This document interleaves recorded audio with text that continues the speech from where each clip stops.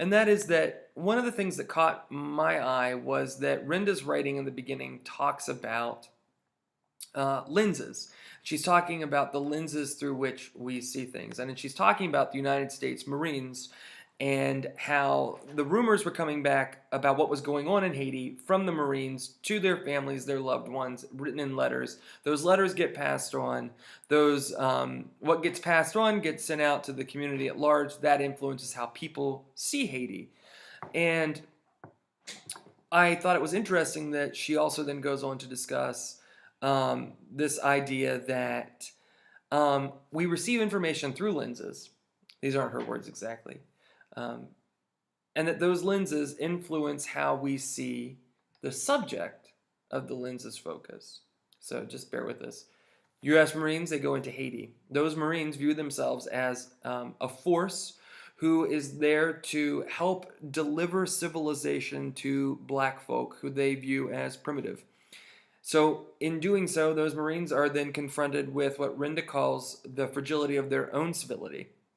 They see the black people there based on their own cultural baggage and their own lens. Those stories of how they see black people within Haiti get passed back to home. That racism from that lens influences how Haiti's occupation is seen. And that they ultimately become a stand-in for how Haiti is seen. So Rinda's article goes on then to discuss two different lenses of how Haiti is seen. And I'm going to start with James Weldon Johnson.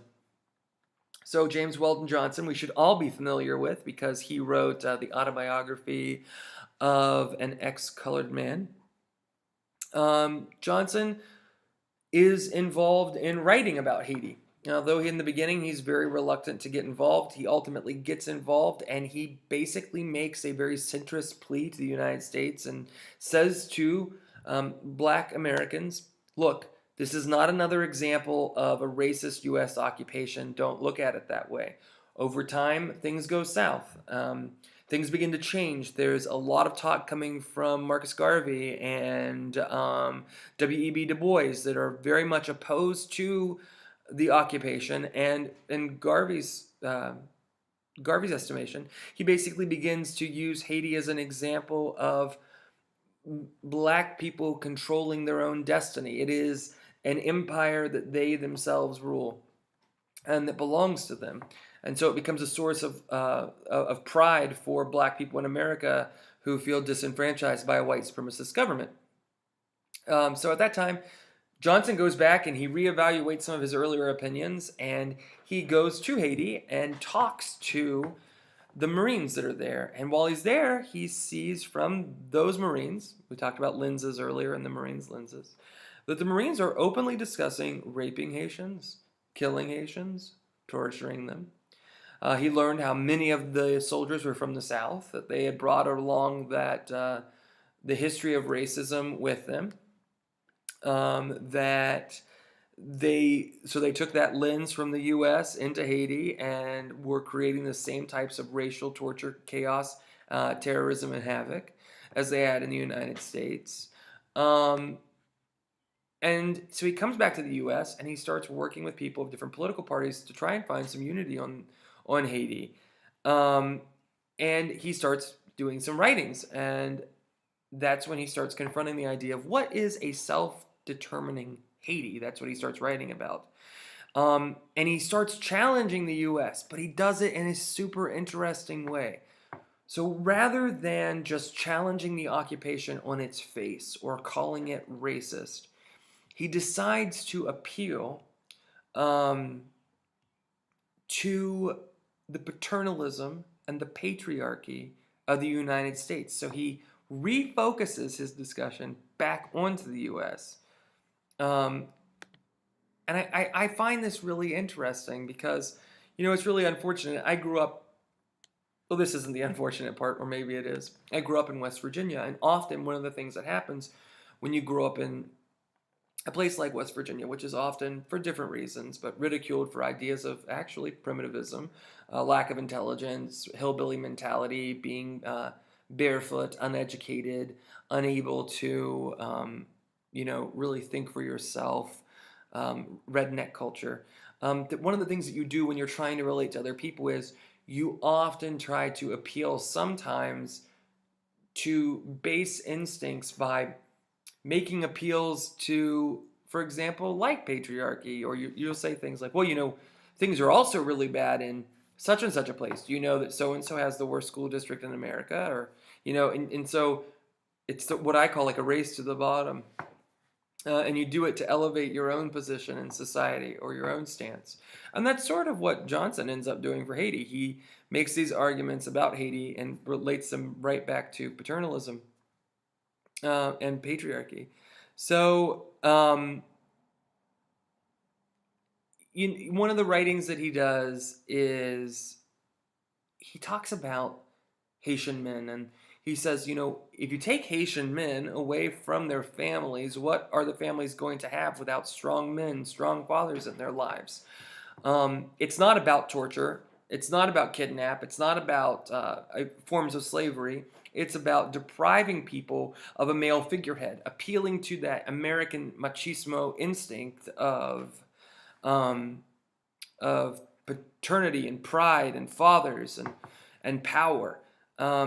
And the only thing that's changed it, he's done it in terms of it's about black bodies and black fathers.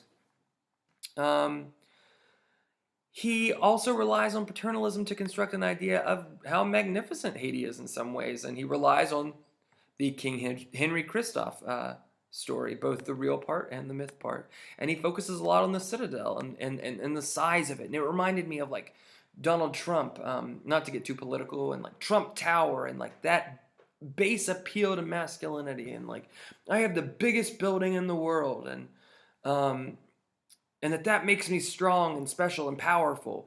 And in a way, that's what Johnson is saying. Look at this king, um, and look at what he created.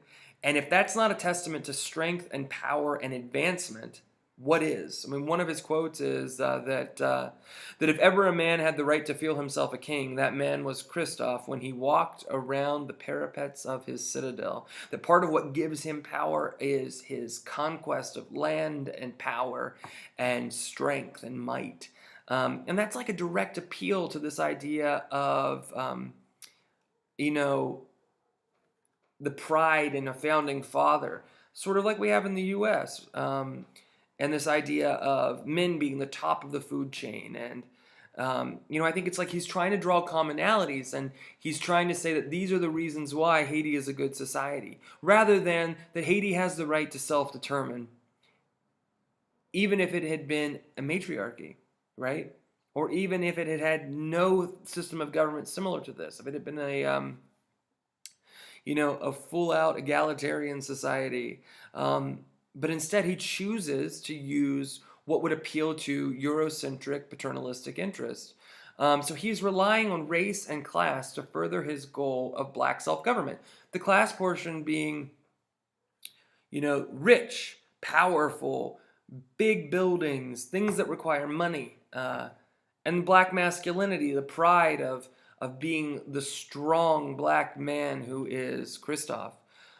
Those are all appealing to European ideas of patriarchy. At the same time, though, that he's making these arguments, he also addresses primitivism, which is something I mentioned a little bit earlier with West Virginia. And he starts, really calling into discussion the characteristic of Haitians, so the way that they wear their headdress, or the way that the women wear earrings, and the types of street life and poverty. And he's calling it like basically picturesque, and he's drawing attention to it, but he's drawing attention to the ideas of it being different and primitive, because he's comparing it to wealthy, intellectual Haitians as well, saying they're here too. And so in a way, what he's ultimately doing is he's adding fuel to the primitivism fire. And that's basically the conclusion that Rinda has, is that, ultimately he seeks out an idea of Haitian exceptionalism and a right to self-determination because of its similar concepts of patriarchy. But in the end, he ends up, doing the same types of damage that he doesn't like. And that brings up a question I think for the class, which is, do and we're going to get to that in a second, but just as a heads up, do we look at what Johnson did and the damage that he created about making Haiti seem like a primitive society, or appealing to base instincts of ideas of paternalism and trying to find commonality with, frankly, bad people who have committed lots of societal ills and have ruined lots of societies? Um, is Do we view him the same way that we view Eugene O'Neill, a white man who tells a story of a culture that does not belong to him, that he has never lived, um, and creates a complicated protagonist in the Emperor Jones character? Um, but that comes also with social costs and perpetuation of stereotypes. So, does it matter to us that Johnson himself was a man of color who navigated the universe as a member of the NAACP and as a writer, writing on race and dealing with other issues in his life? Do we view anything that ended up hurting the black community and black causes for equality in the United States, or even the way that Haiti is viewed, do we view him differently because of his own racial background?